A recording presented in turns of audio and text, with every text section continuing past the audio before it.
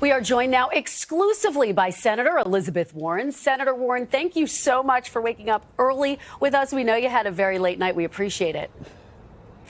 We are going to get to the campaign in just we're going to get to the campaign in just 1 minute, but we do want to start with those developments overnight at the White House. A number of your Republican Senate colleagues did acknowledge they believe what President Trump did as it relates to Ukraine was inappropriate. Some of them even said they think he's learned a lesson. Given those ousters overnight, do you think President Trump has learned a lesson, Senator? Yes, I think the lesson he has learned is that he can do anything he wants, that he is above the law, and that nearly all of the Republican senators will lock arms and protect him. That's corruption. He is treating this government as if it is only loyal to him, his own private plaything, instead of a government that is supposed to work for the people.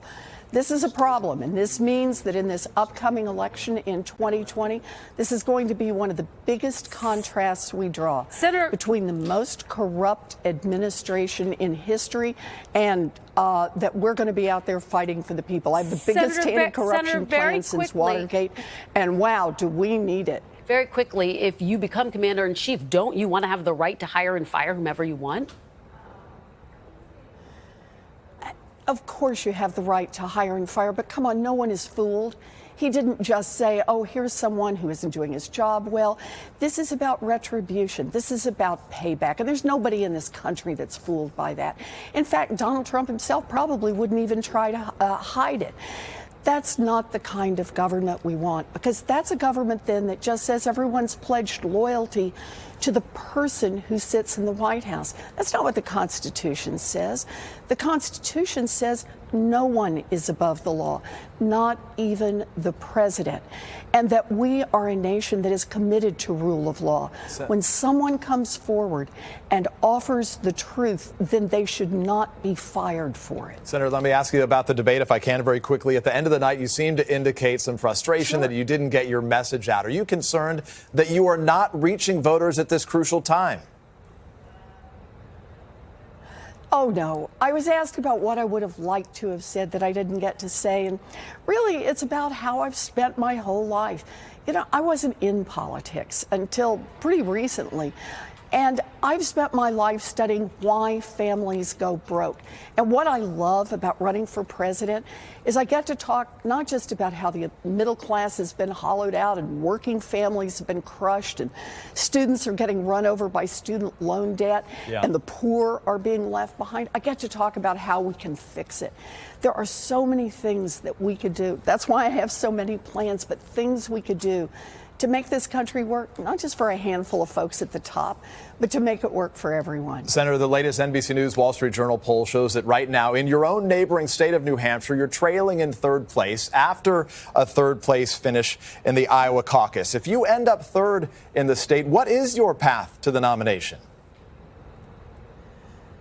So look, I am delighted to be out here to have a chance to talk about what we can do to build a stronger America. First thing we need to do, though, is to win. And to do that, we're going to have to bring our party together. We can't go into the 2020 election like we did in 2016 with different parts of our party warring with each other. We need to run on the kind of core issues that Americans care about. Making government work for everyone. You know, I have a proposal for a 2-cent wealth tax that says those at the top should pay a little more so we can have universal child care and invest in our public schools. Those are the kinds of things we can bring Americans together on. We can get Republicans and independents in as well. Senator, Peter and I have been out on the campaign trail. We've been talking to Democratic voters. Some of them say, look at what happened in Iowa. Look at how President Trump has been emboldened in the wake of being acquitted. They are concerned that right now the Democratic Party does not have what it takes to take on President Trump. What do you say to them? You know, I think of it this way. 3 years now, we've had Mitch McConnell and Donald Trump running things. It was exactly 3 years ago yesterday that Mitch McConnell tried to throw me off the floor of the United States Senate. for reading a letter from Coretta Scott King. Now, that's when he uttered the words that a lot of women have put on T-shirts or embroidered on pillows or had tattooed on their bodies. Nevertheless, she persisted. Today, a lot of folks are worried that Donald Trump may be, the fight against him may be unwinnable.